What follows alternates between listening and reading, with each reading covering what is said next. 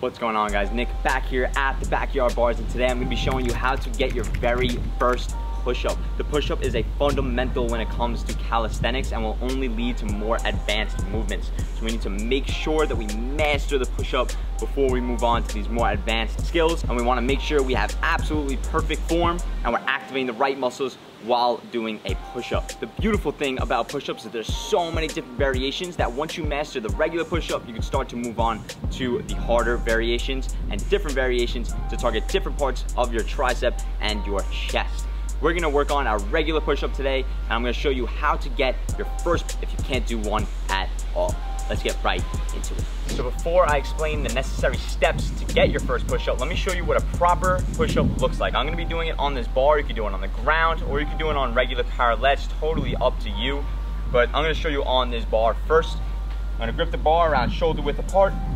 I'm gonna stay nice and flat. That's the idea. A lot of people have the sagging hips or too high of hips. We wanna keep that core nice and tight. Stay total straight line throughout the entire movement. We're gonna use a full range of motion, going all the way down, keeping our elbows tight. We don't want our elbows out here or even too close. The closer you are, the more tricep engagement it is. You can do those type of push-ups. For example, when we do diamond push-ups or close grip push-ups, you will incorporate more of your triceps.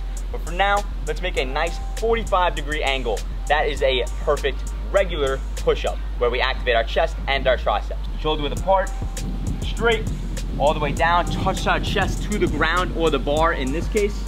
Nice and straight still, pressing all the way up, remaining straight and locking out those arms. See, a lot of people do these little half rep push-ups. Those are no good. We want to use a full range of motion so that we hit every part of our tricep and every part of our chest. We're not cheating ourselves on any reps. So our first progression is going to be inclined push-ups. You could do these on stairs. You could even do these on a wall.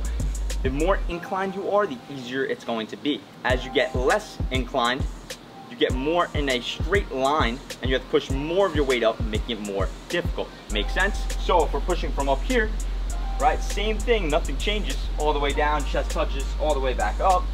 It's going to be easy because I'm not pushing as much of my weight up. But as I start to angle myself lower and lower and lower, it's going to be more difficult. So find a nice range where it's difficult but not impossible, and your form is staying good.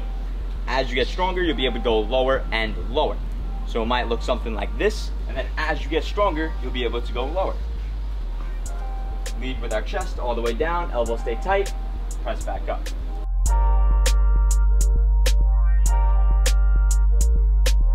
You're gonna keep going all the way down until you can go onto the ground. Now there are other progressions you can do besides incline and working your way down to the ground. Although those are great, you also want to do these other progressions to help you get used to your entire body weight in a parallel position. Although we're going to make it easier, it's going to put your body in the same position you would in a normal push-up, and it's going to create muscle memory and allow you to achieve that push-up faster. So what we're gonna do is we're gonna do knee push-ups. So knee push-ups are a very popular progression for the push-up. However, a lot of people do them wrong. Let me show you the right way. So we're gonna put our hands on the ground, same thing, shoulder width apart. We're gonna go in a regular push-up position, and then we're just gonna put our knees down. Notice how I'm still pretty flat from my shoulders to my knees. I'm not like this. A lot of people do this, and this is not good because it's not mimicking a real push-up. If I go down like this, look at my butt. See how my butt's really high? That's not good. We don't want that. In a real push-up, you don't want to be piked. You never want to look like this. So we're going to do our push-up position, put our knees down, boom. Now we're straight. Now we do our progression. Boom. All right, that's the right way to do a knee push-up. You still want to be flat and straight with your body in that push-up position, even though we're on our knees. Another amazing progression that you should be doing are negatives. If you want to learn any calisthenics movement, you always should do the negative part of the motion.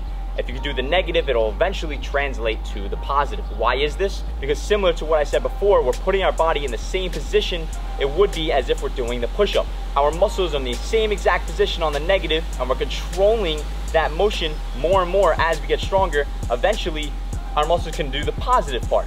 So let me show you what the negative looks like. Starting our push-up position, and we're just gonna go as slow and controlled as possible down, leading with our chest. Boom. and you can come up on your knees. All the way down, nice, slow, and controlled. Up on your knees. All right, so that is a combination of the negative and knee push-up. That is one of the best progressions you can do. You eventually get that push-up if you can do a lot of reps of those. So one of the last, yet one of my favorite progressions is going to be band-assisted push-ups. So all we're gonna do is we're gonna hang a band from a bar, or anywhere you can hang it from. We're gonna put it around our hips, and that's gonna give us a little bit of an assistance on the push-up. Same thing, nothing changes. I'm gonna use the bar so you can see it a little bit better. Shoulder width apart, body nice and straight, all the way down, chest touches the bar, press all the way back up. Same thing, all the way down, elbows stay tight, nice straight line, all the way up. Now this is one of my favorite progressions because it does make it a little bit easier. However, it is the most realistic to that push-up. Eventually, you'll use a thinner and thinner band, giving you less and less assistance, and eventually, you'll be able to just do the push-up without a band. All right, guys, so those are the progressions you need to be doing if you want to learn how to push up. Of course, you should be doing push-up attempts as well. However, you can't just do push-ups attempts, as you'll get really fatigued and you're a lot more prone to injury. So make sure you hit the progression, start at a very inclined and work your way down if it's easy. Make sure you're challenging yourself, but still having good form.